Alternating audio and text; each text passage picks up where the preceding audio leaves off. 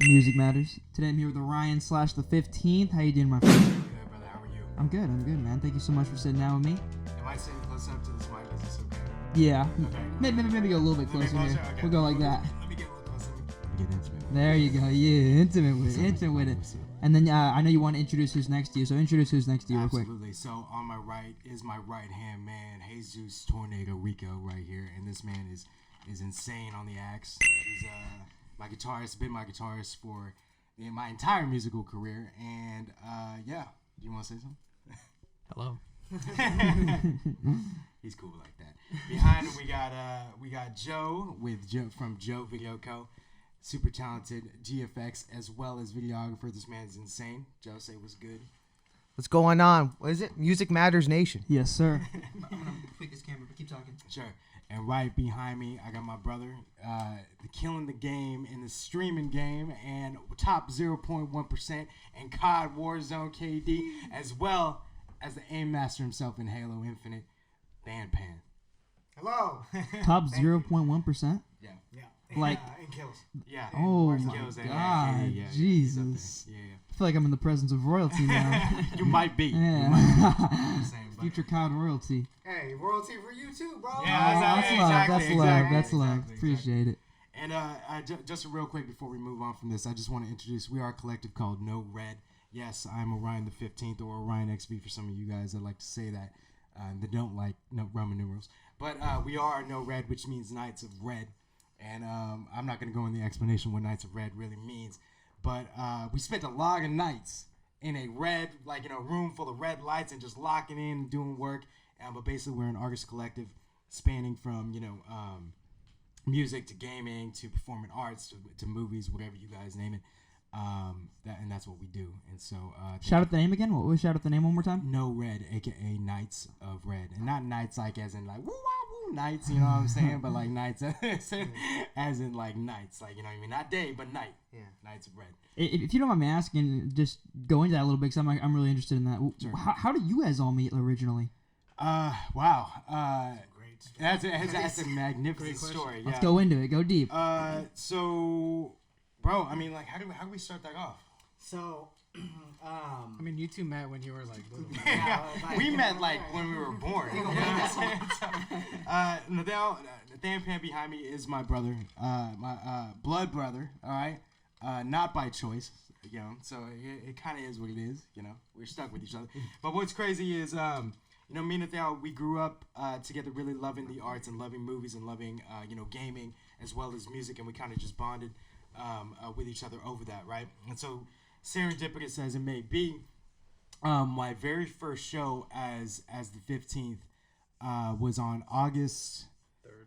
Yeah, literally we remember the date, which is crazy because how crazy that date is. August 3rd, 2018, and our first show was at the Boardwalk, which is now closed down in Sacramento, in Citrus Heights. I don't know if you're familiar with that. I had no idea there was a boardwalk. Yeah, dude, it's super weird, and apparently it was super historic as well. Like it had a lot of history to it. A lot of bands came through there, like Tesla and a bunch of other people. Anyways, yeah, the first show was there, and I really needed, and we were 2 months before the show was gonna go on, and I needed a guitarist, and so I hit up Nathaniel. I said, "Do we know anybody that plays guitar and bass and drums and stuff like that? Because I need them for this live show, and we need to get this done." And so at this point, I didn't even know Jesus was alive. Didn't even know he existed at that point. And so, what was it, bro? Were you guys hooping together, and that's what it was? Zeus, you want to say your perspective from Yeah. that? No, we were hooping, and after we finished playing, Nathaniel came up and he was like, "Hey, so my brother's trying to like get a couple shows together. You in? He needs a bass player." So I was like, "I'll let you know. I'll message you." But I think during that quarter, I was taking like 20 units. How old were you this time? You were in college? Yeah, I was a junior. Okay. Junior in college, yeah. So I was taking like 20 units, and I was like, I'll get back to you. But I mean, it's an opportunity to play music and, meet people and be in another musical group. So I was like, you know what, let's do it, So I hit him back, and I was like, hey, let's, I'm in. I'm in. So, yeah. So then I got into contact with Orion. We started practicing, and we played our show. And the craziest part about that time was Zeus was literally about to deny the gig because of how busy he was. Oh, wow. And so the thing is, it's like, if he denied the gig, obviously I would have never played the show with him. If he never played the show with me, we would have never been working together and being where we're at together and making tracks, whatever. If it wasn't for him accepting that show, despite how busy he was, and the practice and the rehearsal time was at night. It was like 8 p.m., 9 p.m. or whatever at some rehearsal spaces up here in Sac, and he was living in Davis at the time, right? Mm-hmm. And so it was easy. What was the commute like, on that one? Oh man, because it was like Tuesday night. Rush hour traffic on a Tuesday night. There's a common theme with you, Jesus. It would probably take me like 45 minutes to an hour, and I would purposely get to your practice late to avoid all the traffic. Yeah, exactly. And so he goes, "Yo, I'm showing up late." I'm like, "Yo, it's all good because we have to set up like sound and the drummer and stuff like that." And I wish my drummer was here. T is not here today. Taylor Don Paris. Shout out to you, boy. If you see this, you suck. I'm just kidding. I love you, and you know that you're my brother. But and so anyway, so yeah, Nathaniel was the connector to that, and and then just bringing in Joe. How do we end up with Joe? How do we end up with this man over here? Yeah, so Joseph and I were actually dorm mates in college, and we started living together at Davis, right? In Davis, yeah, UC Davis, and we started living together junior year. So then when Orion and I and Nathaniel and I went to the same high school too. But all yeah, went to the same high school, all three of us. Oh, really? Spartans, De La Salle. Yeah, actually, he's sporting the. Oh, thing, you right? went to De La too? Okay, yeah, okay. I'm De La boy. Hey, shout out Spartans. Hey, I'm not on the football team, so don't ask. I was never on the football team. Nah, shout out CV. CV. Shout out Clayton Valley. CV. I got friends at CV. Yeah, CV's cool. Yeah. I got friends at De La. Yeah, so I was like, hey, it's respect. It's mutual respect. We're good. Yeah, we're cool. We're cool. But and so, man. We needed roommates because we were moving into a new house, and I really wanted to live with people that have the same creative mindset and were willing to work and not, limit themselves as far as being open to anything, right? Mm-hmm. And so it was just like I said. Once again, I've said this 3 times already, but serendipitous that we met these two, and the way it all came about and how we were connected. Literally, it seems like from birth because of Nathaniel and how that happened. So. Yeah, it just a clash of talents just came together and molded into No Red. So have you always played with a live band, or did you ever try like before that playing by yourself without a live band? Always live band. But that's awesome. The thing is, it's like to this day I can probably count on my hands how many shows I've played, and so obviously it's a small number, but the reason is because I pride myself on the quality of the live show, right? And growing up. Looking at the Michael Jacksons and the Princes and even the Time and even moving forward to like Drake, they all play with live bands, right? When you go up there, you put on a show, and when you put on a show, you got to make sure everybody's locked in and everybody is being at the top level so that everybody out there can enjoy. They're paying good money to be there for 2 hours, 3 hours, whatever it is. So you better make sure that they're worth it. And to me, not to get down on anybody else that just does DJ and themselves, because I think that's fire. You know what I mean? I just think that my show isn't full enough. You know what I mean? And isn't as good as it could be without a full band. And that's why I always bring them around. And so if I can't have a band, I ain't playing. That's usually what it comes down to. That's respect, and I feel like that's almost a lost art in the world of R&B. I feel like if you look back at old R&B, it was all instrumental based, and you never really saw R&B artists that were playing without live bands, but it's becoming more and more and more of a thing. Yeah. I think just being instrumentalists and musicians in general is being lost in music, and which I don't know if that's a bad thing. It's just a change. Yeah, exactly, and that's why I'm for it. Like, what's cool about it is the entry into music is now a lot easier than it used to be, and I'm so grateful for that. Because of the SoundClouds and because of the the MPCs and Logics and Pro Tools. From just from that perspective, the technology perspective, it's a lot easier, and I love that, and I'm thankful for that. So thank you to the 21st century. Yeah, shout out. Shout out 21st century.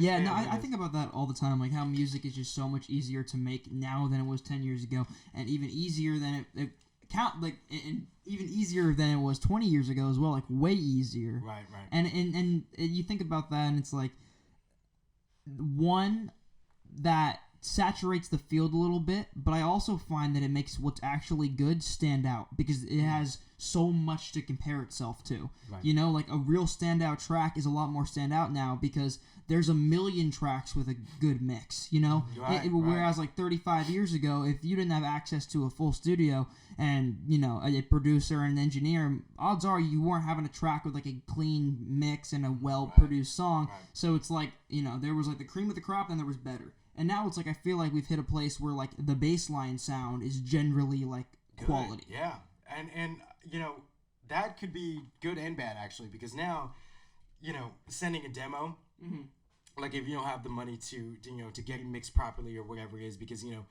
know, division of labor where it's like, you know, oh, I'm a producer and a mixer and a master, like, you know, sometimes that doesn't really work out the best as people think it does, right? And so you know, if everybody has a good mix or whatever, or if they have a mix that's not necessarily a pop mix, then automatically you're kind of ousted, and they're like, oh, this, you know, kind of sucks or whatever it is, because it's not mixed the way that people are accustomed to. And that's one thing that I dislike about the industry today. It's like, because there's a lot of good music out there that aren't necessarily mixed to pop standards, right? Totally. That we're missing out on, you know what I mean? And it's just like the minute that you try to, I guess, experiment with that, and this goes with, like, you know, even video production as well as even, you know, streaming and gaming. The minute that you become experimental or even trying to challenge the norm, you're automatically shut down by the people that are, I don't want to say sheeple, but I mean that in that way, right? You know what I'm saying? They're just used to whatever the There's like mainstream is. conformists. Like Yeah, the conforming, yeah. You know what I'm saying? So because it's easy to digest when it's presented to you in a certain way, and the minute that somebody, I guess, challenges that, it's difficult for them to digest. I don't know necessarily where I was going with that, But that's a super interesting point because I feel like we often forget that mixing is an aesthetic choice. Like we act as if there's like a good mix and a bad mix, but if you know anything about the history of like garage rock and the history of lo-fi rock and the history of like lots of genres that were born out of people's garages where they couldn't really mix records, you understand that like mixing is more or less an aesthetic thing. You know, you can like a guitar sound that's a bit that has a bit more like feedback on it. You can like a vocal that's a bit louder than the rest of the mix. You can like a go listen to that, you know, Ramones, that original Ramones album when they came out, and you tell me if that's a good mix. You know what I'm saying? Or listen to Twist and Shout, like, you know, by the Beatles. You know what I mean? That, you know, what they did. You know what I'm saying? A good modern example, I think, is like Remy Wolf. A lot of people shit on the way that she mixes her records, but like I think she like very deliberately and very consciously like mixes them to be a little bit more grating to the ears in pop production. Or you can look at like a lot of modern rock groups. Like if you look at anything like honestly anything shoegaze, anything punk, like look at the way that like My Bloody Valentine used to mix their records. Yep. I mean, that's interesting because I can't believe we bring up My Bloody Valentine. Did you talk dude. about it the other day? I'm saying, well, not them. But that's crazy that you're talking about that. Yes.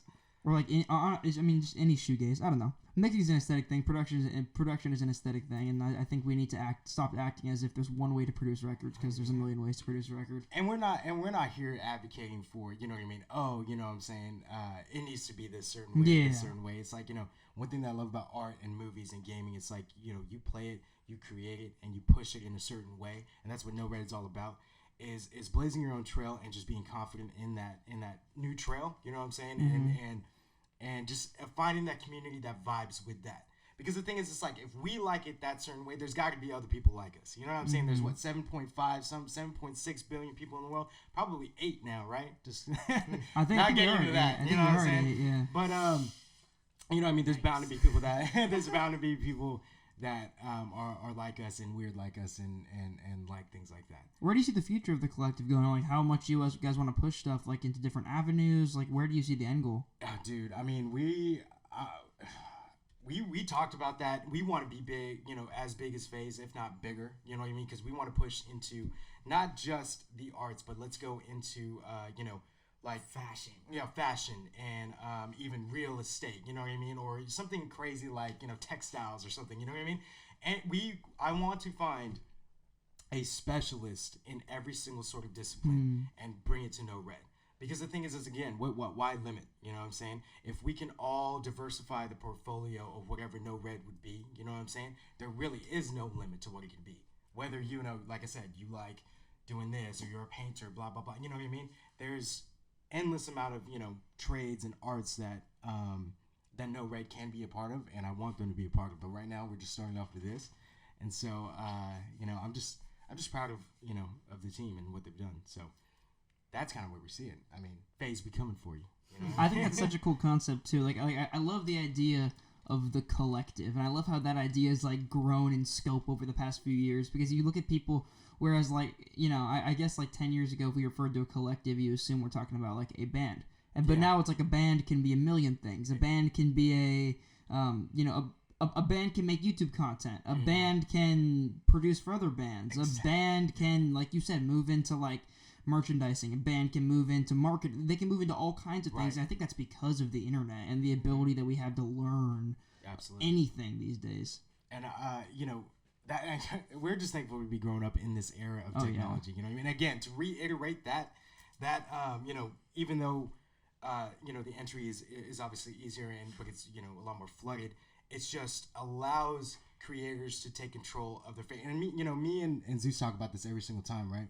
I mean, just as far as not conforming, do you want to say something on that? Because you have a better way of words with that when it comes to I don't know. I feel like art is art. It's your way of expressing yourself. Like, who cares if someone thinks that, hey, this is too loud? Like we were saying, like, these vocals are too loud, or like, like this vocal isn't 100% perfect, but it's like, what if I want to bend to that note and get that dissonance or whatever? You know what I'm saying? Like, it's just art, and I feel like art is an expression of yourself, and whatever you want to put out there, you put out there, and there has to be someone else that likes it. In my opinion, art is you're trying to make someone feel something, and if someone felt some sort of emotion out of that, you did your job. Exactly. Do you guys feel like there's a such thing as objectively good music? Because I'm of the opinion that there isn't. I don't think there's anything that can be objectively good or objectively bad about music. I've gotten into like shout out to my guy Steve. I've gotten into a big argument with one of my friends about this because he thinks that, and it's not just him. Other people think this too, but some people believe that there's like a good example of what I'm talking about is mixing. Yeah. People think there's a such thing as an objectively good mix or an objectively well-produced song, whereas I dissent from that opinion. I think there's lots of examples in the musical timeline to point to dissent from the idea that music can be objectively good, because almost everything that pushed boundaries was either objectively abrasive or objectively passive. Right. Like there was something that was there was something incredibly different that was perceived in a way that was strange or different or exciting that pushed that piece of music to a level where it could then become influential. And I think because of that, it's ridiculous to say anything can be objectively good or objectively bad, because if you look at like garage rock when it came out and the poorly produced and the poorly mixed songs that came out of that era, be it from the Stones or the Ramones, you start to understand that those records were rough, not only by choice but by necessity. But then you can even look at like things that are abrasive by choice, and people love that. It's like people subjectively like that. So I don't know. I don't think music can be objectively good or bad, and I'd be interesting to see if you agree with that. I'm gonna let you go first on that one. Me? Yeah, because I know your answer. I don't know. I guess going back to my other point, like if I feel goosebumps, if I feel something out of that, like I'm adding that to the playlist. Like I like that. Yeah. Like I feel like music, depending on a song could have a certain meaning depending on when you listen to it. So if one year you listen to a song and it's like, oh, it makes me feel sad or happy. The next year, depending on what you're going through in that time, that era, you're gonna feel something else. So I feel like again, like I was saying, if you feel something out of that song, like, hey, I like it. Yeah. I think intent behind a song is the most important thing, as my dog runs through the room. Sorry.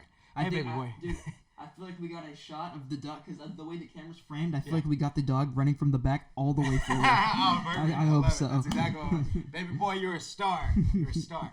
I think, okay, again, not to start controversy, I think it all belongs to, what is the intent behind certain things, right? When you talk about the Ramones or the Stones or the Beatles or, you know what I mean, or Wayne or, you know what I mean, or The Weeknd, when early on, or even someone like EPMD, back in classic hip hop, or Eric B. and Rakim, right? You're a student. A student of the game, always been, man. They had intention, obviously, right behind the thing, or they fell into it by accident and they kept going with it, right? Right.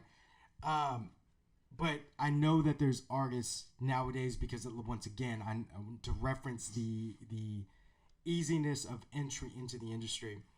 A lot of people are doing things to either, again, their intent may be, misplaced or whatever it is, right? And they may be doing something in a certain way just to, troll or whatever. And that could be a part of, troll music, which is definitely a genre. You know what I'm saying? Which is so interesting. Yeah, which is a very interesting genre, which I'm totally into. You know what I mean? But at the end of the day, is there something that's objectively good or objectively bad? Art is subjective. I mean, everybody has said that, right? And not to be a dead horse, but it's literally impossible to be objectively bad or objectively good. To me, is there something bad or good? Absolutely. You know what I'm saying? Zeus disagrees with that because he says, "Oh no," he thinks that there's good in everything. But to me, I find some songs like I can't even stand. I'm like, there's no way. Like, yes, I can respect the fact that this was mixed or produced well, regardless of whatever it is. But I'm like, yo, did they really intend for that, or or just something that they fell into? Whatever. I'm with that. I think intent's really important. Yeah, and absolutely. I don't think people bring that up in this conversation enough. Yeah, every move that we make, and Zeus knows this from every rehearsal that we have, from being on stage to in the studio, everything that we do is with intent. Whether we fall into it or not, we put that there in our music, and I'm referencing Busy Lighthouse, and I'm referencing Orion the 15th as well.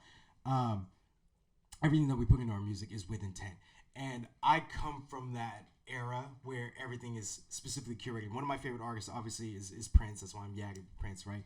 But Jodeci as well. You know what I mean? Devontae Swing as the producer, and Mr. Dalvin as the drummer, and everything like that. When you were in a band, like you take Charlie Wilson and Gap Band, right? When you're in a band, every musician in the band, every piece has a role, right? Yeah. And the thing is when somebody's soloing or this and sorry, Bear's biting the ball. Bobs, chill. When somebody solos in the band, right? What happens? If the guitarist goes up for a solo, what does everybody else do? Are you asking me? Yeah, I'm asking you. Yeah, you know what they do. Pop quiz. Play along with them, make them stand out more. Yeah, exactly. They complement the solo. They complement the exactly. solo. They take the step back and let the solo shine, right? And that's intent. You know what I'm saying? When you go for solo, yes, it's improv, and you don't necessarily intend to play it a certain way, but you play, right? But everybody takes a step back and allows that thing to shine, and that's intent, right? Intent, when it comes to nowadays, you know what I'm saying? What do half these people? What are they doing? What are they not doing? I'm not here to judge. I'm not here to say what you're not and what you're not doing. But if you have good intent as far as what you're trying to do with your music, I'm all for it. But if you're doing it to troll, I feel like that's muddling the art itself. You know what I'm saying? Mm-hmm. Like unless you're specifically going for that troll genre, which like I said, I think Blueface is a part of that. You know about Blueface, I could see right? that. Yeah. You know what I'm saying? But he purposefully rapped off beat. But here's you know what I'm saying? The interesting about that to me though is I genuinely feel like Blueface's flow is like different. Yeah, exactly. Like there are not saying. very many examples of people who rap off beat, and if there is, they're entirely different than Blueface, right? Like to me, I think like Andre 3000 would rap off beat a lot, but it's not even comparable to Blueface. Yeah, right. It's not even comparable. It's an entirely different thing. So it was actually super interesting to me. And that's why I'm saying it was brilliant. You know what I'm saying? But then he started rapping on beat, and now he's so boring. Exactly. Now it sucks. Nothing It's interesting like, what about you doing, it. man? Yeah, like the only thing that made Blueface and like that first mixtape he dropped interesting was that he was rapping off beat. Yeah. Because now like him rapping on beat's the same as like any other rapper. Exactly. And you know what's funny is I feel as though Blueface hasn't necessarily said it, or I haven't seen an interview, and I don't even know why we're talking about Blueface like that. But, you know what I'm saying? But he really took from that bass sound, like you know what I'm saying. He's from Oakland. Yeah, Is Blueface from Oakland? Yeah. Oh, that makes sense. I thought he was repping LA when he first came out, which I didn't realize. Am I bugging? I'm pretty sure he's from. Let me look that real quick. Yeah, so I thought he was coming out of LA, and I'm like, is he biting the Bay flow right now? Because growing up, just listening to that stuff, like he was all about that. So I might be wrong, but I'm probably wrong. So you're probably right, Dante. But I'm wrong. Where's he from? He's from LA. You're right. Yeah, bro. So that's what I'm saying. So LA, with them and no. He was born in LA. Okay. And he attended elementary school in Santa Clarita, but then he settled in Oakland and when he was in high school. Oh, so he's from like that's both. why. Yeah. Okay, that makes sense now. I'm like, this That guy- actually makes perfect sense. Yeah. Okay. So you see the intent. So like the thing is, it's like everybody was ripping him. Oh, he's rapping off beat, but in actuality, it was a style that was awesome. Yeah. I mean, I watched an interview with Lil Uzi Vert, right? And he said, he was working with like some OG producer or mixer, and they were saying, Uzi, you're not hitting the ones like correctly or whatever. He goes, that's what I want. Make sure I'm off beat on the ones. Make sure I'm not hitting the ones exactly. And the thing is, like, he kind of created or made that flow sort of mainstream where he's rapping a little bit behind the one or pushing or pulling, whatever it is, right? And I thought that was super interesting, right? And bringing that to our music, which is cool. I'm all about syncopation. You know what I'm saying? And the thing is, that's all funk is. You know what I'm saying? Like, you can have four on the floor, but it's all about syncopation with the other instruments. You know what I mean? And that's, as long as you're in the pocket, you're in the groove, right? And then you're moving with it, everybody's going to be grooving along with it, no matter what it is. You know what I'm saying? So, I feel like we were ranting all the way up until that point. But anyways, it's hint. Is that the kind of music you grew up on, like old funk, old R&B, old soul? Yeah. What's funny is I saw my dad, my father, as a big influence in my music because again he had records. Well, not even again. This is the first time I'm saying this, but I've said this story multiple times to other people. One of his favorite records was the DMX record. I forgot what the record was called, but the one where he's coming out the bathtub, all bloody. And he also had Room for Squares by John Mayer. Yeah. And then he showed me. I grew up on Room for Squares too. Yeah, and that's a great album, heavily, and I love that. You know what I'm saying? John Mayer is one of my biggest influences too, because Continuum is one of my favorite albums of all time. Yeah. And so, people don't think that, like, I listen to rap and I listen to hip hop and R&B is like obviously my favorite genre, being Jodeci and Blackstreet and all them being, one of my favorite groups of all time. Not Boyz II Men. Not Boyz II Men. Really? You ain't talking about Boyz II Men. Oh. Boyz II Men's cool. I think Boyz II Men is a watered down version of Jodeci. Not to start controversy, but I am saying that. I've never heard that point. A watered down version of Jodeci, man. You go listen to Jodeci and you see what they do, and you go, you know what I'm saying? Even Shy, like, you know what I mean? They had that hit or whatever. They're all watered down versions of Jodeci, man. I'm telling you. Anyways, so it's a good point. It's interesting. I really respect Boyz II Men because they're goats. I mean, they're the greatest of all time, and it's what they do. But they were a pop outfit for an R&B band. You know what I mean? It is what it is. You know what I'm saying? But they, Motown, Philly, and stuff like that. Yeah, that broke ground. It was mainstream. It was cool. But I'm gonna be repping Jodeci and Prince till I die. That's kind of what it comes down to.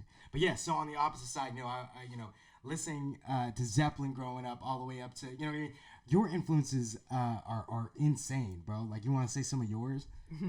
Yeah.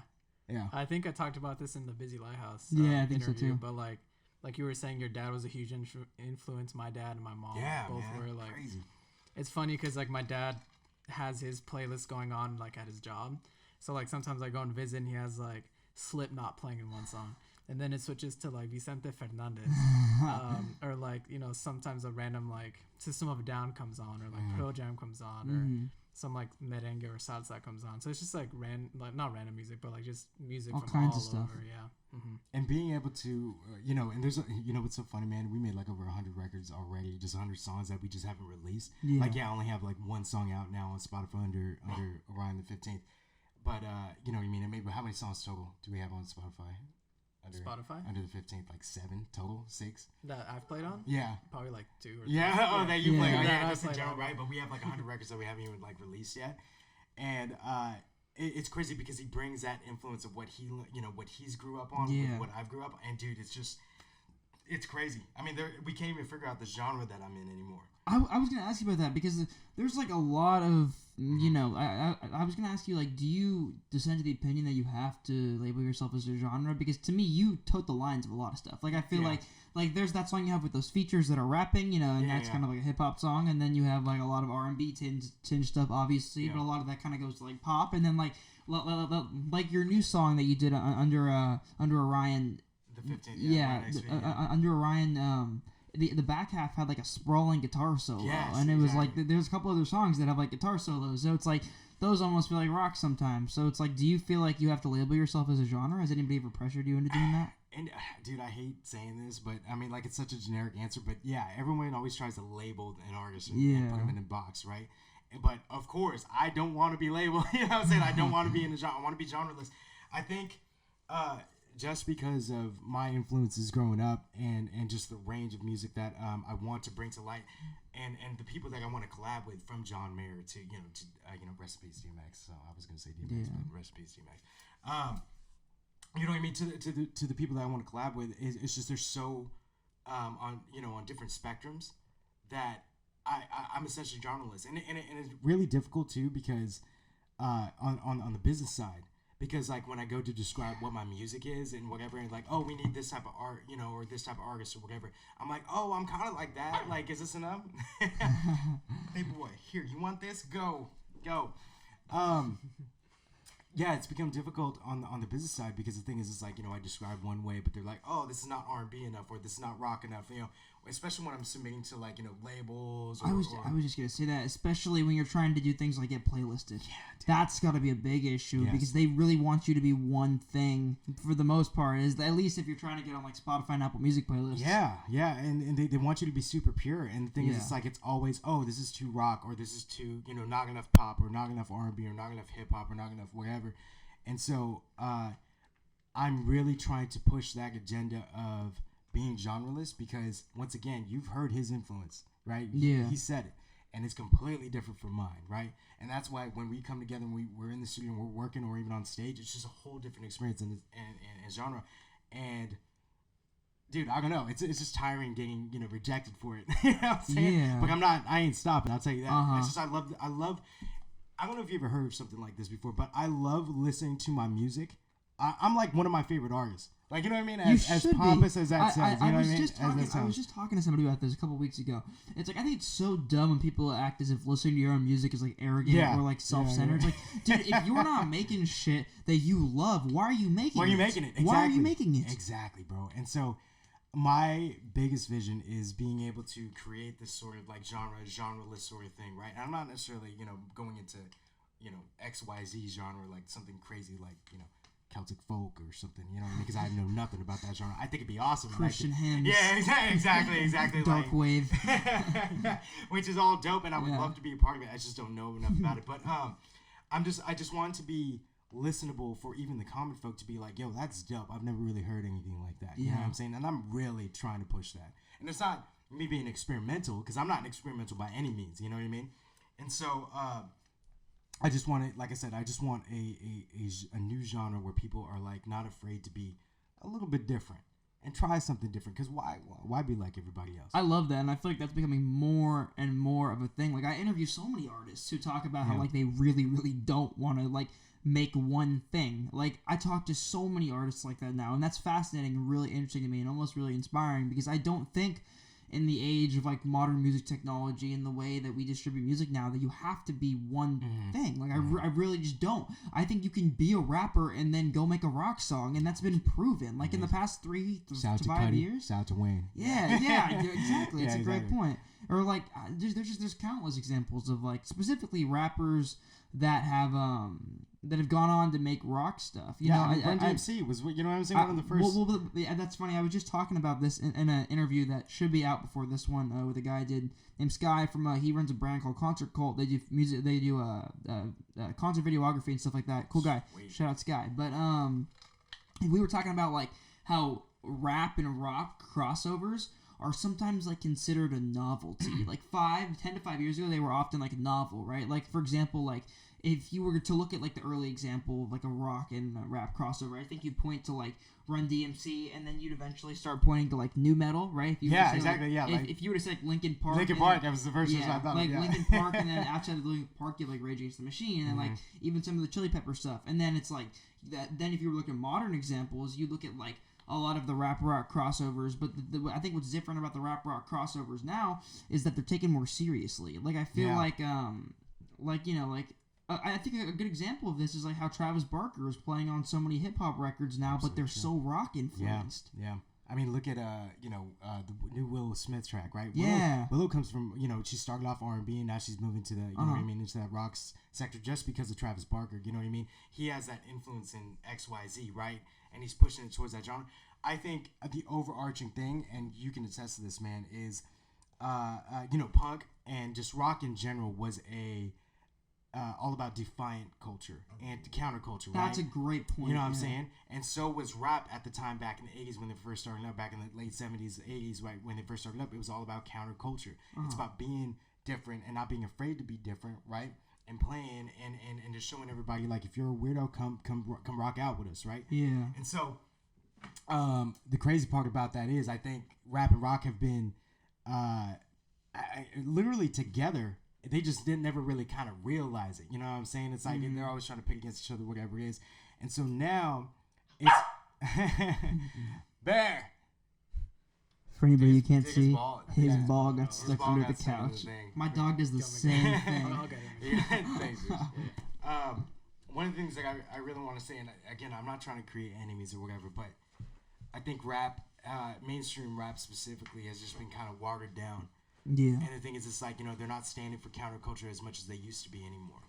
And the thing is, it's like there's a lot of problems, going on in the world. It's our job as artists to stand up for the people with no voices or whatever, or voices that are being suppressed and oppressed, you know what I mean, at the same time too, right? And so that's one thing. Again, I use rock very broadly, for those that are purists about genres and everything like that, right? Did you get it? There. Ups. No. Down. But no. Get it on camera? No. That'd be so funny. Swear. Big boy, you need to chill. That's so funny. Yeah, I think I don't know what it is, man. Is it the industry controlling that? I think that's a question. That's an open question for whatever. I think again, independent artists have a platform now to be who they want to be and things like that. But unfortunately, I don't want to run into a scenario where big business and big industry really kind of suppresses that independence and that creativity. You know what I mean? And that's all Prince really kind of stood for too. Once again, citing, one of the greatest of all time, was really trying to be defiant and counterculture. Can I see the Prince tattoo in your arm? Yeah, absolutely. Oh, that's so See cool. that? Yeah. So yeah, I got. What do the rest of your tattoos mean? What do they all mean? Oh yeah, man. Show the camera. Yeah. is the yeah. camera up here? Yo, Cam. Shout out to Prince. Rest in peace. I'll take a picture of it, but before we're done, so to put it all put up on the screen. Thank you, brother. Yeah. Yeah. So behind the Prince tattoo, if you guys can see it later, we got the Broken Hearted, which was the first EP I ever made as an artist. So I kind of just combined them two, the Broken Hearted mixed with Prince and stuff like that. Obviously, we got Purple Rain with the little dots. We got a part of a Mechanical Rose, which is, once again, every one of my tattoos have to do with music or whatever that That's I've written sick. or whatever. And so they're just, it's kind of whatever. My entire arm on the left side is each woman represents a season. And so, because one of the first songs that I ever wrote, that had that kind of, the sound that I wanted to create, because I was searching for a few years of just like, how exactly do I want to make this sound? Because I was really pushing for it, right? And Changing Seasons was the first record that I decided, this is the sound that I really want to go for. Like, this is it. I love this, right? And so I ended up getting the whole arm tagged about Changing Seasons, and women run the world, so that's kind of what made the decision. You know what I'm saying? So that's kind of what it came out down to be. But yeah. And then this was just a broken record, which we won't go into that one because that's a whole other thing too. That's super interesting to me. I think it's cool when people get tattoos that genuinely mean something. Dude. Because I don't know. Yeah. To me, I can never see myself getting a tattoo that didn't mean something genuine to me. I'm pretty sure. I've been looking. I'm pretty positive I'm gonna do this. I've been looking scheduling it. I think I'm gonna get the words "Make Music Matter" tattooed right here in a couple weeks. Love it. Yeah. Absolutely love it. Not a couple weeks. Get it tomorrow. Tomorrow. Fuck it. Let's go, baby. I'm calling in sick to work tomorrow. Yeah, let's go. You don't need to Sorry, work guys. I'm tomorrow. getting a tattoo. And once again, sorry. Choked on my water. Once again, like I said, I just love art, and so once again, tattoo artists. I love the fact when a tattoo artist takes pride in their work. And the thing is, I tell everybody this, and again, I sound like such a you know what I mean, you gotta do it this way, but ink on your body is one of the only things in the world that you can buy with money and last for the rest of your life. That's an interesting way to put it. I never thought about it like that. So Yeah. why go cheap on it? Why essentially half-ass it, right? Why not just go in and treat it as if it's something that's going to last forever? You know what I mean? People spend more and do things, you know what I mean, that lasts like 30 minutes, whatever it is, right? Whatever, a transient sort of happiness that you get out of it, right? Ink is one of the only things that really lasts forever, so why not go ham on it, and why not, you know what I mean, really kind of go for it, And so, Zeus, show me your tattoos. I don't have any. Would you ever get any? Not anytime soon. You don't think so? No, probably not. Why not? I don't know. I don't know. I've never really thought of getting a tattoo. My family really never had tattoos. Yeah. Like, I don't think anyone in my family has tattoos. Yeah, neither is mine. So, yeah, it's just not really a thought that I came across growing up. That was like my perspective on it, because I always thought like if I ever got a tattoo, I think the idea would just come to me to be something that I was like driven to and would be able to stop thinking about. And like when I thought of the Make Music Matter idea, I just keep thinking about it. And I'm like, shit, I feel like I actually would love to do that. Yeah, no, dude. I'm like I said, once you get one, you ain't getting just one. Everybody says that. Yeah, it really is. It's a cliche, but it's absolutely true. How long after you got your first one did you get your second one? Oh man. Oh, okay. Actually, that's a funny story. So I got this. This one was my first one. It was kind of like almost a half sleeve, but not really, right? It's a record that kind of explodes and just comes around this way. Wow. It's like a wrap. And I got that when I was 18. As soon as I turned 18, I'm like, yo, I want to get this. At the time, my first band that I kind of created and put together was called The Broken Record, and that's why it's called The Broken Record. You ever heard the Broken Record podcast? Yes, yeah, actually, which is so funny. Which is why I'm like, yeah, I'm never, even I had to lose the name, do the whole thing, and change it. But yeah, they're kind of big actually, right? Oh, that's sick. Yeah, it's Rick Rubin's podcast. Oh, it is. Yeah. Okay, yeah. See, I've never even listened to it. I just saw it. I'm like, yeah, I can't do this. No, yeah, I'm saying I gotta change. They're dope. But anyway. Yeah, Rick Rubin. Shout out to the legend, by the way. Man. Yeah. So that was when I was 18, and literally the minute, because I left for college, right? And I think it was 19, 20. I was like, yo, I'm gonna go in for this season tattoo, right? And I bring the idea to the artist, right? And he starts mapping it out. I'm like, all right, cool, right? He goes, are you ready? I'm like, yeah, show me the stencil or whatever. Baby boy. My child. Did you find the ball? I have no idea where it is. I don't know where it's at either. He got lost under the table. Baby boy, you okay? Okay. Yeah, so again, so like right when 18, and then when I turned 19, I was like, yo, I want to get this, I was, okay, let me back it up a little bit if this is okay. Again, sorry for ranting. Let me tell you guys this. Rants are what I want. I didn't get into music until I did not get into music until I was like 18. Like I was classically trained for a couple years when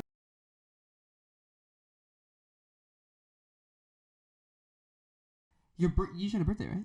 I did. Happy birthday. Thank you, brother. I appreciate it. What'd you do? I actually did nothing. I had to work. Really? I had to work all day, so I was grinding. We went to studio, and then I went straight into work. Yeah, so it was crazy. It's as if the birthday didn't even happen. Are birthdays like significant to you? Like do they mean anything to you? Because some people I know like they actually like mean shit to them, and some people it's just like whatever. It's just another day. Dude, I feel like the older you get, the less it means. Yeah, that's that way too. Yeah. See, the thing is, it's like, dang it, dude. I hate biting this, but it's absolutely true. We only have one birthday, and that was the day we were born.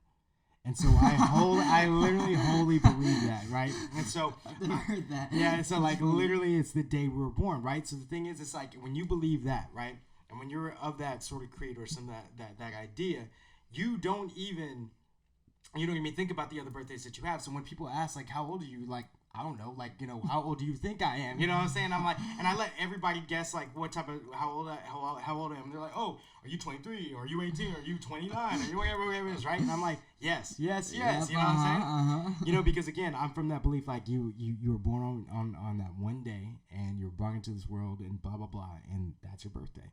So from here on out, like I decided I'm not counting. I don't care. You know what I'm saying? I like that. You know what I'm saying? So I feel like it depends on the age too. Like this is weird, but turning 18 didn't feel like anything to me. Yeah. Turning 19 didn't feel like anything to me. I turned 20 last month. Yeah. And turning 20 felt a lot. Yeah. Like I felt a lot turning 20. Yeah, because exactly. And a lot of it I think is because it was like such a transit. Like I've been saying this. I think 18 to 19, not that much change in my life. Mm-hmm. But I think 19 to 20, not that much change in my life. Right. But I think 20 to 21 for me is going to be like, just based on where I'm in my life and where I'm going and the things that are changing in the next year, I think it will be the most transitional year of my life. So I feel like on my birthday, I felt something because I was like, yeah, I don't know where I'm going to be in a year. Whereas when I was 19, I was like, I'm pretty damn sure I know I'm going to do it on 20.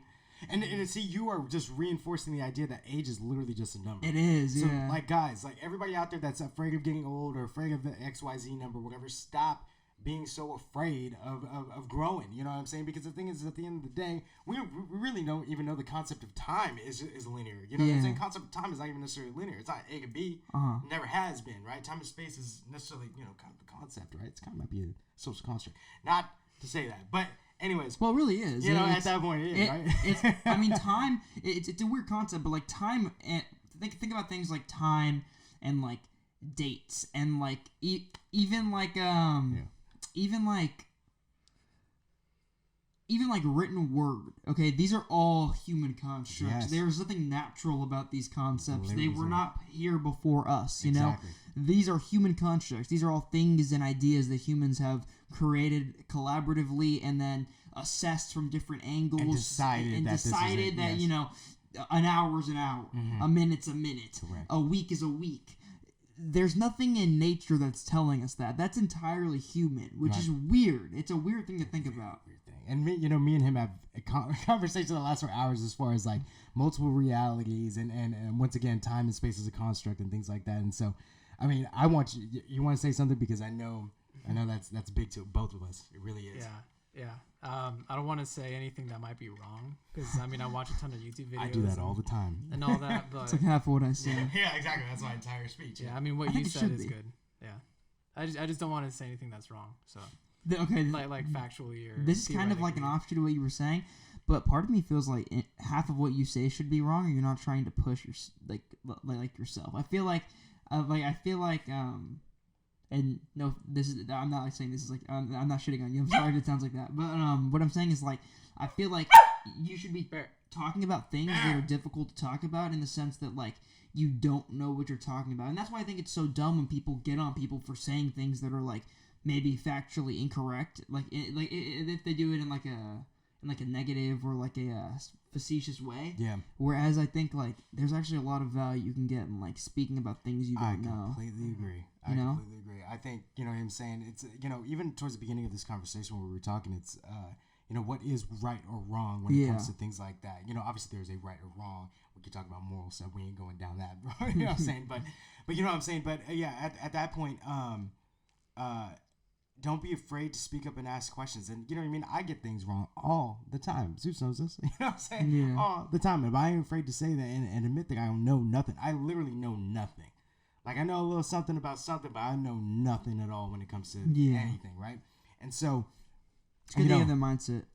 I mean, dude, you mentioned at the beginning, it's like student of the game. I'm a student of the world, student of the earth, right? And beyond, you know what I'm saying? I'm here to learn as much as possible and really kind of just exude the safe space for anybody that's willing to learn and just to be a part of something. You know what I'm saying? Because the thing is, I feel as humans, we long to be a part of something. I mean, it's all about community, right? That's why any of us do what we do. Right, exactly. Like the thing is, if for people that say they create art or do X, Y, Z, oh, I do it alone, and blah blah blah. That is that's a difficult concept to really kind of grasp, because do you really do it alone? Are you really just doing it for yourself? Are you doing it for the people that you love? Are you doing it for X, Y, Z? At the end of the day, it's for other people, right? I feel like if you did it yourself, nobody would even know about it. Exactly. You know what I mean? And at that point, it's like, you know what I mean? Art is meant to be shared. Art is meant to be witnessed and learned and watched and taken in by others, not just yourself. And I just think that's selfish for people that just do it for them. You know what I mean? Just to, I'm not showing anybody, blah blah blah. You know what I'm saying? It's a selfish concept. And I think you can do it for yourself, but I think if you really do it for yourself, you know that you do it for yourself, and nobody else really knows about your art. Right. Exactly. And doing it for yourself and doing it to a point where you just want it to be just for yourself. I mean, that's definitely valid, right? Yeah, of course. But the thing is, you know what I mean? Again, I'm starting some fires during this interview. I think it's selfish. I think if you have great art, and all art is great, right? If you have great art, you need to show it to everybody, and you need to put it on display. Don't be afraid. Yes, I get it. Like that's an interesting perspective. Like the idea that if you have great art, it's somehow or some way like selfish, not to share it. I've never really heard it said like that before. I don't know if I see. I guess I would ask you, do you think there can be any reason to make art? Do you think everybody can have a different reason to make art, or do you think there's one greater and more noble reason than all the other reasons to make art? Oh, no. I don't think there's not necessarily nobility when it comes to making art, but I do believe once again back to the intent idea. Yeah. Like there's different intentions behind everything. Like even if you have no intent and you create something, that's still intent, right? And a lot True. of people don't realize that. You know what I'm saying? Oh, I'm just doing it for fun or whatever. That's still intent because you're doing it for fun, right? But if it's great, I feel I once again I am from the strong belief that art is meant to be shared, regardless, right? And it sucks because a lot of great artists in history that have whether the painters or musicians, whatever, they died before that, and did not get famous until after they died, and then they shared it. And look, they could have had all the benefits that came with that art being shared if they, were open to it. But then again, also it comes down to people that are consuming it as well. It's the universal language. Yeah, exactly. So, yes, is that a weird take when it comes to art? Yeah, I think if you have great art and you were keeping it to yourself, you need to let that stuff go. And I was kind of like that before. I was always afraid to really put my stuff out, big time. Really? Yeah, big time. Was that hard when you first began performing? Like, did you get nervous before you like compared to how you are now? Do you think it was harder for you to put yourself, like, for example, I guess, would doing something like this, what we're doing right now, would that have made you way more nervous like 5-6 years ago? The camera doesn't see this, but I'm very nervous still. I'm saying that from 5-6 years ago. It's tough because I feel like I've approached like live things and in-person things a lot differently than me being alone and recording. Totally. The biggest bane of my existence is actually in the studio alone, and it's really hard for me to actually sit there and record. Like I'm constantly doing 1,000 different takes, and that's not an exaggeration. Like what I mean. I've been working on a certain song for a year, right? And I can tell you, there's probably 1,000 takes, and there are 950 takes that I just deleted and redone, and So to answer your question, a very long-winded answer, I'm less nervous about performing and in-person stuff than I am actually just alone and making a record. It's kind of weird. Huh. Yeah, like, dude, it's a deeply psychological thing. That's really interesting. Yeah. Like, what I mean? In the studio is and I, once again, I love making music. This is what I want to do for the rest of my life. And every artist will probably tell you that, right? But in the studio, it's really tough. It's really tough, especially if there's somebody there too. Really? Do you feel like you have to like uphold a certain standard of quality when somebody else is there? Even if I'm alone, absolutely. Oh, really? Yes. Like so, I think that's why I have such little music, amount of music out. You're a perfectionist. Yeah, it sucks, man. Being perfectionist as an artist, I think is a very bad. Everybody always tells me, all my mentors, whatever, they always say that's a bad thing. Perfectionist and being an artist or a perfectionist, even in other things like in businesses and stuff like that, you just kind of got to let it go and let it take its course and adapt to what happens, right? But I'm of that notion where it's just like I need it for it to be perfect. And the thing is, it's like art can never be perfect. That's art. Yeah. You know what I'm saying? And Zeus tells me that all the time, bro. I mean, you know that. Yeah. How do you feel about that? Because you know how I am. About recording versus like live? Yeah, I mean just live. Like how you feeling from 5 years ago compared to now? I still got super nervous. And I feel really like performing? Yeah, and I get more nervous performing for him because like for Busy Lighthouse, like if I mess up, that's on me, like whatever, But if I mess up, I'm making technically him look bad. He doesn't mess up. No, I mess up a ton. But that's an interesting way to look at it. I've never thought about that. So that's why, like for your shows, I get super nervous. Like for busy shows, I'm still super nervous. But I get 1-2 songs out. But if you mess up, like, okay. It's a Jesus mess up. Whereas if you mess up performing for him, it's an Orion mess up. Mm-hmm. That's why I get way more nervous for him. That's super interesting. Yeah. Are you one of those guys who like you'll mess up and you think everybody notices, but absolutely nobody does? Yeah. I'm exactly that, and like my dad knows when I mess up because I make a face. Like otherwise, like if I don't make a face, exactly, my dad's like, dude, that was perfect, blah blah blah, Yeah, or like my mom or whatever. But yeah, like I don't think anyone really notices. Dude, I think me and Zeus come from the same camp where. So far after the last 3-4 shows that we've actually played again, because I can only count on my hands how many shows I've played, right? Thank you for being honest about that. Yeah. Oh yeah, of course. Yeah. No, I think it's quality over quantity for me. You know what I'm saying? I totally agree with that. It's like I've been to some shitty shows, man. say I'm with you. Hey, I ain't gonna say like who, man. Yeah. I'm with you. You're right. And so the thing is, it's like, yeah, guys, a show once again is a work of art. Why not put the time in to make it dope, right? And so after every show, it sucks. Like I'm sure other artists, I know you guys feel this too. When you go on stage and you don't hit it the way the way that you wanted to or the way that you intended to, it sucks. It feels so horrible. Like, even though people are coming up to me after the show and they're like, yo, that was incredible, blah, blah, blah. You need to be, you need to keep doing that because this is amazing, da, da, da. I'm sitting there in my head, just circling back. I'm just like, God, I messed up. You know what I'm saying? I can't believe they liked it. There's no way I they feel didn't like that it. in interviews. I'm the same way, man. Yeah, and dude, I'm with you.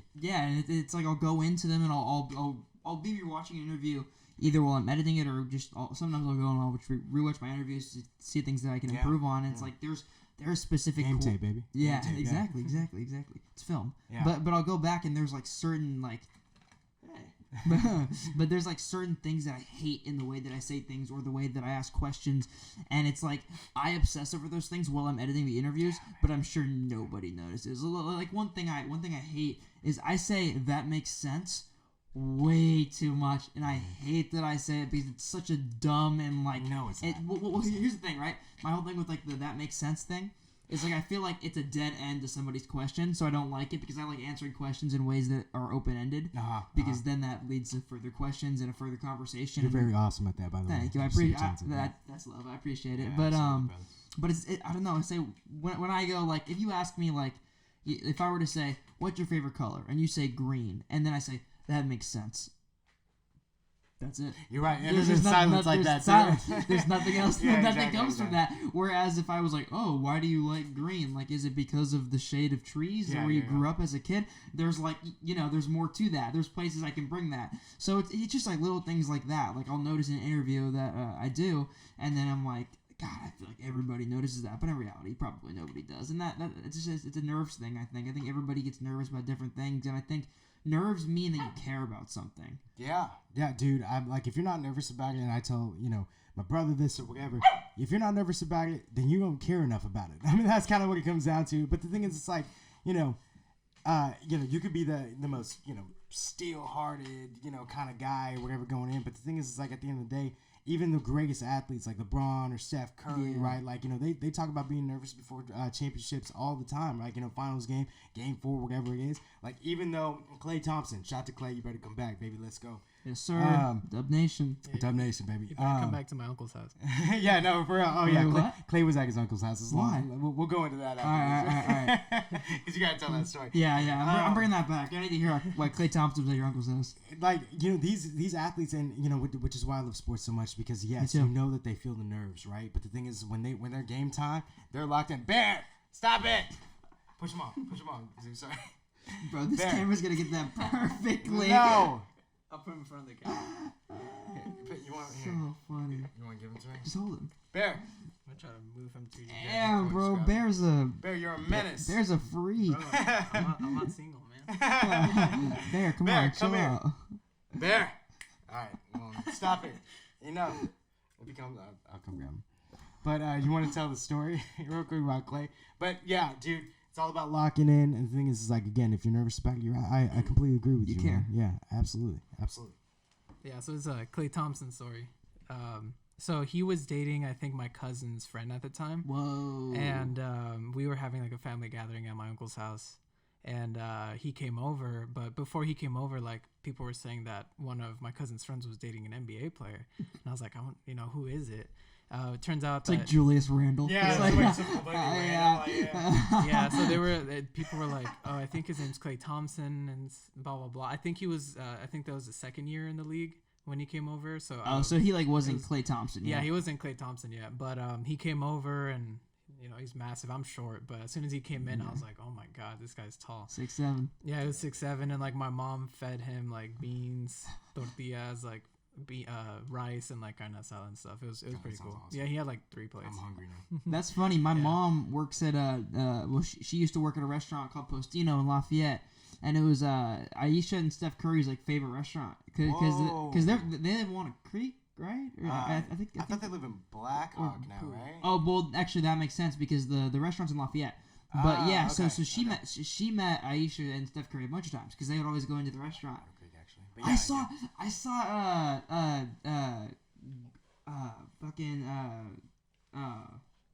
why is his name escaping me right now?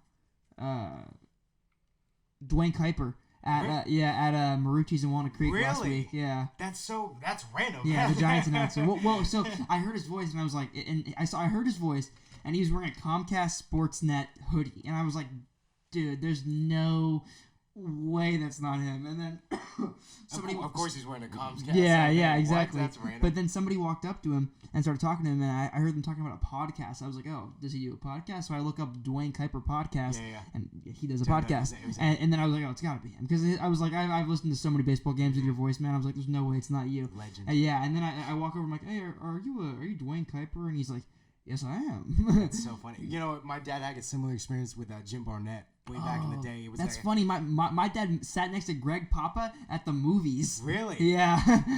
I love Greg Papa. Yeah, You know what I isn't mean? that He's crazy? awesome. Yeah. Anyway, what were you saying? No. God, shout out to Greg Papa. Yeah. Yeah, legend. Because he's Very not legend. announcing the Raiders anymore. No. Yeah, he's doing you guys' thing now, right? I'm Oakland fan, so big time Oakland. Yeah, me too. Die Hard A's fan. Die hard A's. You know what I'm saying? So That's my sport. I'm a baseball baseball guy. fan. Yeah. God, I love baseball, man. It's just dude, our bullpen was so bad. Oh You know my what I mean? It was so God, bad. This, bro. that is on The number second one half, reason. the second half of the season, bro. if I watch Yusmeiro Petit or Oh fucking, my goodness. oh my God, Do not bro, get me started on that bullpen. blow another Like, save. Holy shit, they led the league in like blown saves by Saves. like it wasn't even close. I forgot dude. what. I didn't even The see number that. was like ridiculous. It's insane. And I it was remember double digits, like more than the guy than the team under him. Yeah, it was crazy. It was ridiculous. I remember the specific point in the season. It was when they were 2 back from the second wild card, and they played the Blue Jays in a 4-game set at the end of the year, and they got swept. And Yes! in 2 of the games, they were up by 3 or more runs past the 7. That was the turning point Yeah, of the the season, whole bro, season, because yeah. it just collapsed after that Blue Jays series. Yeah. Oh my I remember that. God, dude. It Yeah. was So not to talk about the every single time they took a starter out, and dude, it was crazy. Melvin would take like I could get so pissed off right now, but Yeah. it was like, to me, the downfall of the A season was after Bassett went down, Yes. and after that Blue Jays series, and then the nail in the coffin was when they got 4 games swept by the Mariners. After that, it was over. Yeah, and we're not supposed to get swept by the Mariners. I'll tell you that. Right I'm now. excited to watch the Mariners next year, man. Young team, young Yeah. talent. Like I mean, They signed Robbie Ray. exactly. And so okay.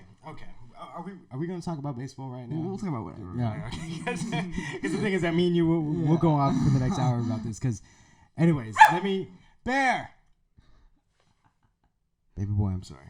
Okay, I'll do the Jim Barnett story and then we can switch up because I do want to talk about the show that's coming up, and I do want to talk about the single as well. 100%. Because I would love for people, I just want to say thank you to everybody listening. But anyway, so my dad had this experience with Jim Barnett, right? And Jim Barnett was like a Circuit City, and so you can imagine how old like this story was. Remember Do you remember Circuit City? No. Circuit City Circuit City used to be Best Buy before Best Buy. I've never heard of that. Yeah, I mean, it wasn't exactly Best Buy, but it was like Was Best Buy's rival. it in the same spot where Best Buy is now? I think it Buzzard Hill? was. Yeah, actually, I think it was. Wait, And no, so, the Circuit City was on Diamond. was that where it was at? Yeah, it was on Diamond. There's like a. So pretty close, yeah. Yeah, it's like where the Olive Garden is now. Oh, okay. Okay, Yeah. so Uh-huh. see, shout out Zeus, he knows. See, like I said, I say things wrong all the time. A little, we're everybody. talking about the East Bay, but we're like we're 2 hours away. Yeah, from exactly. It. Yeah, exactly. We're in Sacktown right now. Yeah. Oh, born and raised in the Bay, by the way, everybody, and went to school in San Diego, and then now I'm living in Sacktown. SDSU or UCSD? UCSD. Oh, I am a cool. Triton, baby. Yes, Economics sir. major, graduate. I'm not using it. In debt. You're not the only absolutely. one. And so, but anyway, so yeah, Jim Barnett was in the Circuit City, and this is actually a bad story about Jim Barnett. So my dad walks up to Jim Barnett, and he goes, "Hey, are you Jim Barnett?" He goes, last time I checked, and walked away. And I'm like, okay, Jim, like, you're really that big? Like, you really think you're too big for your britches to say something like that? Funny. And so ever since then, and it's so funny because Jim Barnett was the announcer for the Warriors for the next 20 years after that, right? Yeah. So my dad had to, literally watch every single telecast with him announcing. He's like, I told you guys remember that story I told you? Jim Barnett sucks, That's such a dick thing to say. Yeah, it's horrible. That's like, why is he so like rude. that? Why? Yeah. So. Last time I checked. Yeah, I was like, what? Like, who answers like that? Okay, Jim Barnett, I guess you're Beyonce. Yeah, Whatever. I guess so. You announced the Golden State Warriors. Yeah. And that was before they were ever good. Like, Dude, I remember getting blown out by the Spurs every single time we played the Spurs, and that's how bad that team was. joke. Dude. Bear, okay. Bear is doing some unspeakable things to the air. He really wants your attention. I don't know why. He loves you, Zeus. He really loves your leg. He does like my leg. He really. How long have you guys had him? Bear. How long? How old are you now, baby Over 2 boy? years Yeah, now. 2 years now. He's a little over 2 years now. We've had him since he was a baby. Baby boy. We'll put a picture of Bear up too, because Bear has been mentioned a lot of times. Exactly. Like, I don't know if there's a camera getting Bear. We'll show Baby Boy. One thing I want to ask you about. Sure. Why is it that you choose to put music under two names, like Orion Great and then name. also Great the 15th? What's the reasoning behind that? Is there like a, are you trying to like separate the two, or are they the same thing? Like, what's the idea behind it? Absolutely, yeah. So originally, I started off as the 15th, as you know, and one of my big things was I really wanted to bring dark R&B back to the forefront after The Weeknd kind of released, House of Balloons and Trilogy. Those three Two of mixtapes. the most influential albums of the past 10 years. Insane, bro, right? Yeah. Those three mixtapes were just incredible. Those albums were insane. And they're albums. Like, I don't care what anybody says. I don't care if they were released on DatPiff or whatever. They were albums, right? And so that really influenced, bringing that alternative sound to the mainstream for me because, growing up, I listened to Frank Ocean, The Weeknd, and Miguel. Those were like the holy trinity of R&B at the time. And you can listen and mold them together, right? They were genreless, essentially. Like, look at what Frank has done with Channel Orange to Blonde. Look at what Miguel has done with Kaleidoscope Dream to, All I Want Is You. And then The Weeknd, obviously, with Trilogy to all the way up to Starboy, right? Until now. Is Bear still popping off right now? Bear! Still doing unspeakable things in the air. Still doing it. So going back, so I started off as a 15th. I was always making, really dark music or whatever, and I love that, right? And then I made a song called Hella Good For You by, under the name Orion, just, my first name. So hold up, slow down real quick. So you made a song under Orion just randomly? Yeah. So you just had the idea to just do it under a different name for no particular reason? No particular you just wanted reason. to do it? I think, the reason was, the intent behind that was Hella Good was more of a, not necessarily a happier song, but it had a lot more pop elements than the songs that I was accustomed to, right? Uh-huh. So I didn't necessarily want to dilute the 15th's music with that. And so coming up to it, I saw that, essentially in music and I have like two different personas. Like, it's weird. Like, when I go into the studio, I feel like I'm two different people sometimes. And the thing is, it's like, I have, almost, like a weird dichotomy when it comes to that. And so Orion XV or Orion the 15th is a combination of both. Is the dark side of the 15th and the lighter side of Orion and bringing them together, because the thing is, it's like, if I can bridge them together without limitation, it turns into this. Yeah. So going in the studio, I had a weird dichotomy when it comes to recording. I was like, some days I was just really, down and, trying to do the gritty side, and the other side I was just like, yo, let's bring that pop element out and see what we can do. Do you go into the studio to record a 15th song, or do you go into the studio to record an Orion song, or do you kind of go in and you record, and then whatever it sounds like is how you place it? It's so funny because I go in with intent of like, oh, I'm gonna like you said, go in as the 15th or whatever, right? And sometimes it comes out to Orion, and I'm like, oh my god, like, now I gotta switch this, right? Uh-huh. And so I came up with this idea of just why not just combine the two and just like not even worry about what comes out of it. And so that's why like that. That's why I kind of just started. I started with This Ain't About Us, the latest single that released a couple days ago on my birthday, to really kind of signify both, because it does have pop elements if you guys listen to it, right? And you really listen to it, but it also listen has, to like, it. Listen to it right now. Listen to it right now. Pause this and go listen to it and come back. It has those pop elements, but it also has like the darker elements of R&B as well. It's like, when Zeus played the solo on it, we were talking about how it kind of sounds like the Scorpions, right? Totally. Remember we were talking about that, dude? And one thing that I realized, because I didn't really listen to the Scorpions as much, they have a very, very interesting style that is unlike their mainstream hit, which is Rock It Like a Hurricane, right? They're a weird band. Yeah, super weird, and I love them. I think they're amazing. Uh-huh. You know what I mean? And so, you want to speak on that, because I think that was awesome. No, yeah, I was just gonna say, like, if you're a Scorpion fan and like you haven't heard their like stuff from like the 1970s, you should, because it's Dude, so different. It's not Rock It Like a Hurricane.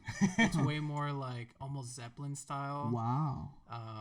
Almost like I'm blanking up, like Black Sabbath almost. Dude. It's like that, core rock and roll kind of style. Yeah. So like original hard rock. Mm-hmm. Yeah, exactly. And then they went more towards like the poppy side. That's crazy. Yeah.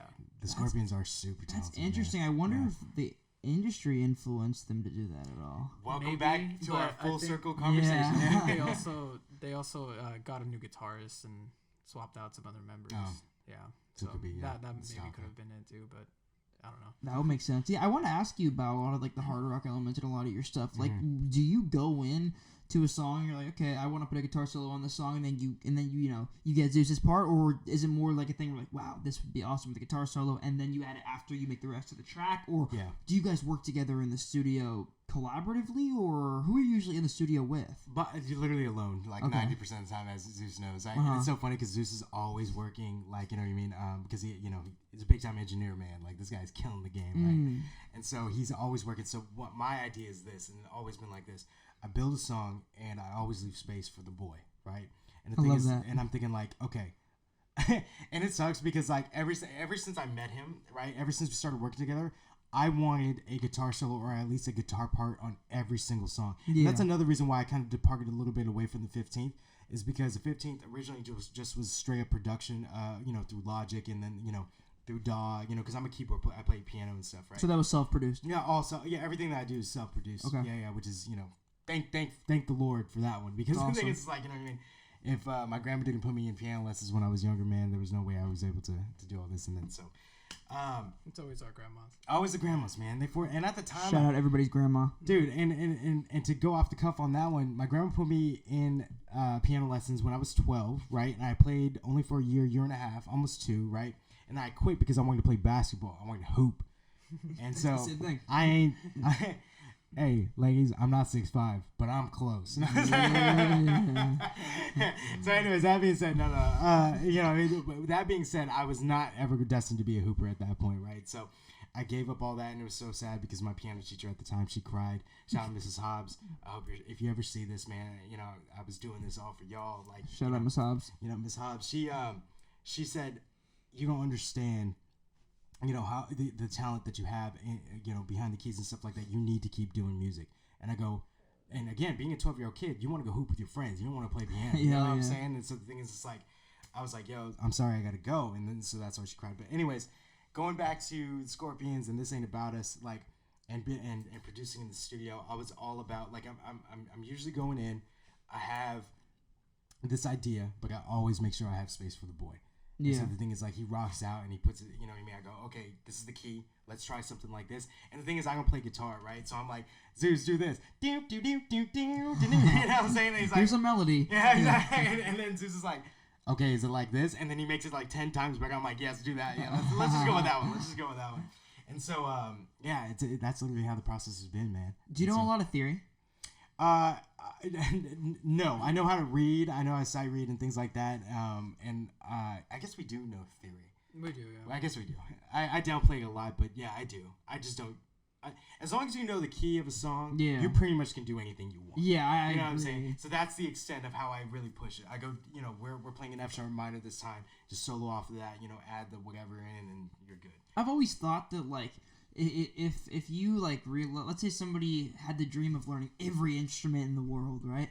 I think where you would start is the piano. Thank you. Because, absolutely. Yeah, because I feel like it's almost impossible to learn the piano without learning theory. Like it's just like it is just how you learn the instrument is just based in theory, Absolutely, and I tell him it's the greatest instrument of all time, but he disagrees.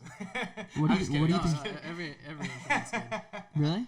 Wait, what? Do you think there's like a greatest instrument of all time? No. I do. But going back to the whole learning piano first, I think visually it helps. Oh, totally. Theory, it helps see everything way clearer. And that's what every musician says. Like, the thing is, again, I haven't really necessarily ventured out to other instruments, but every multi-instrumentalist says piano is the basis of everything, and that has helped me learn all the other ones so much easier. I don't like to say like that I know the piano or the guitar, but I like half know the piano and the guitar, and I'm a drummer. So, but awesome. Yeah, but it's like I kind of wish I did it the opposite way. Like I kind of wish like I learned guitar and piano and then translated to the drums because I started on the drums, and it's like I call myself a drummer. You guys are awesome. I love drummers, dude. Because I can't do what you guys do. There's no wrong way. That's there's no wrong way. I feel that. Yeah, it's true. But I do feel like maybe if I started with the piano, the guitar would have been a lot easier to learn. Mm-hmm. But I know like a little bit of guitar and a little bit of piano. But like I think I'm a drummer. Yeah, dude. Like I said, a drummer, I can't do what drummers do. And our drummer, once again, shout out to Taylor the Don Baris. Say his name again? Taylor the Don Baris. The Don. Yeah, that's his nickname. They call I him love the Don, that. yeah. The Don. Taylor, he's been playing since he was in diapers because his dad is a legend, a part of the band called Ninth Creation. He was a classic funk band. Okay. And stuff like that. They were signed to, I forgot what the label that they were signed to and stuff like that, but they went on world tours and everything like that. Wow. So shout out to Pops. And Pops, we call him Pops Baris. That's his dad. He's a legendary bass player, right? And he actually played at our first show. Oh, that's badass. It was at the boardwalk that we were talking about. And so, Bear, you are going crazy. Shout out Pops. Pops, yeah, legendary. I'm sorry for putting you through an amateur show, but you killed it and we killed it and it was awesome. So. When did you first start making music, like, and taking it seriously? Because I know you said you started making stuff when you were 18, but like, how long after that did you start taking it seriously? I didn't even get to. Sorry, I forgot to finish that story. Yeah, so, we kind of got sidetracked there. Yeah, okay. graduating from high school, I was very academic focused because coming from a poor family. Bear, what are you eating? Drop that. Don't mess around, Bear. He broke his ball. Yeah. Did you? No more, baby He's a boy. savage. No more. He has a green ball. Everybody that can't see him. We'll take a picture of that too. It's his favorite, and I'll have the pictures going on after this. We just got it for him today too, which is crazy. But yeah, so back in high school, senior year was coming around, and I was very academic focused, and my parents, we don't come from a lot of money at all. Like, so the thing is, like, we were on financial aid all throughout high school, and I had to put myself through college using loans and things You're like that. from Pittsburgh, right? Pittsburgh, yeah, Okay. Pittsburgh, California, East Bay. Shout out everybody over Shout there. out East Bay.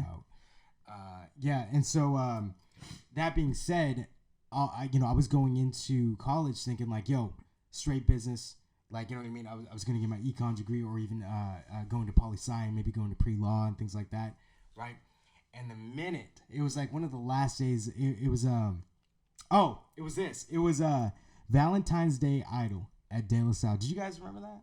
You guys don't remember that? Did you guys not have that? I don't think so. What's that? Maybe. So Valentine's Day Idol was an event during Valentine's Day, obviously, at De La Salle, where you go up and you could bring up anybody that you wanted to bring and you could sing to them in front of the entire school. And so, like, the judges were lined up. It was Miss Stevenson. I think it was Pelster. It was somebody. It was 3 different judges. Shout out Miss Stevenson. Shout out Miss Stevenson. I say that like I know who she is. Shout out Miss Stevenson. if Shout you're out watching Miss this. Stevenson. Shout out. Miss Stevenson was our English teacher, and she was incredible. But yeah, so Valentine's Day Idol had the 3 panels like Paula, like Simon, and like Randy Jackson, right? And so they were lining up, and students would go up there, and they would either rap or they would sing, and then the judges would hold up cards, like a comedic thing, right?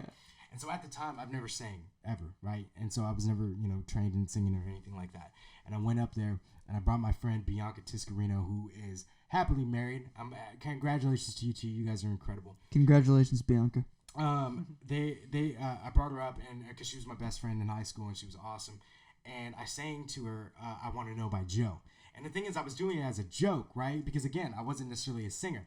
And I hit that thing, right? And so for that, and so literally, people have footage of this, right? Bodied that shit. Yeah, I was bodying it, baby. I was bodying it. And so people were like, oh my God, he kind of has vocals, right? and so I'm like, yo, right? And so that day, literally that day, Dante, I do not kid you. Every girl that I've ever wanted to talk to in high school came up to me and said like, yo, I love your voice. And they ran off like squealing, like, oh my God, right? It was incredible. And that's why you still make music. And that is why I still do music, for the ladies. And that's the only reason anybody should make music. For the ladies, and that's it. That's it.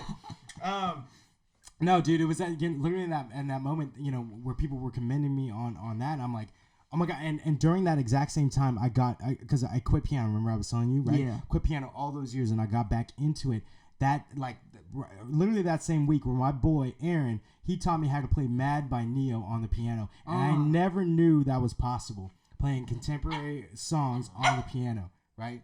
Bear, you're interrupting my story. I'm trying to tell a story time. You see, he does not care. He's heard this story at least 3 times. I thought Barry was gonna give me something too. Bub, stop looking at him like that. All right, he's giving him the eyes. So anyway, so Valentine's Day August where it started, and then one of my boys, J Dime, who was a rapper back from Antioch, he was a producer, and he was actually the first person to show me production and things like that. And wow! And he opened that whole doorway to me about self-recording and self-producing. I'm like, oh my God, I never knew this existed. And so the minute that I got into college, right, with my idea of becoming a businessman, or becoming whatever, like on Wall Street, or becoming a lawyer, which was the 2 goals at the time, I dropped it all my freshman year. I said, I'm taking music seriously. Whoa. And I did everything. So literally I'm at UCSD studying economics and things like that with a math focus. And it was just, I'm like, I don't care. I just want to do Really? music. Yeah. So you were like in college, but First day, brother. you had First day. intentions of Yes. doing music. Yeah. From that day forward, Wow. it's crazy, man. And so, Bear. Okay. Enough from you. Okay. I might need to put. You want to put him in the room? Yeah, sure. Sorry. All right, Bear is really trying to get some action, but he's going crazy. He's going ham right now. But anyways, so that's a very long-winded answer to that one. So, yeah, ever since then, been self-produced artist. That was it. What did you start producing on? Like what DAW? Like originally did you learn? What's so funny? Everybody says this. GarageBand, right? Wow. GarageBand was everything, and actually, no, Mixcraft. If anybody knows about Mixcraft, I don't even know what that is. it was the original. Dude, I don't even know what it was, but it was the light version of a DAW where you can throw in. Did he run away? Yeah, he's running. Come here, baby. That's fine. Yeah, okay, fine. We'll just we're almost done anyway, right? I'll finish up the story and then we'll get out of here. And I'm going to say, Bear, you're on timeout. Yeah, Mixcraft was actually the very first DAW that I ever used. So anybody that knows about Mixcraft, shout out. It wasn't even an actual full-on DAW. You threw in loops and like it. Really? Okay, wait.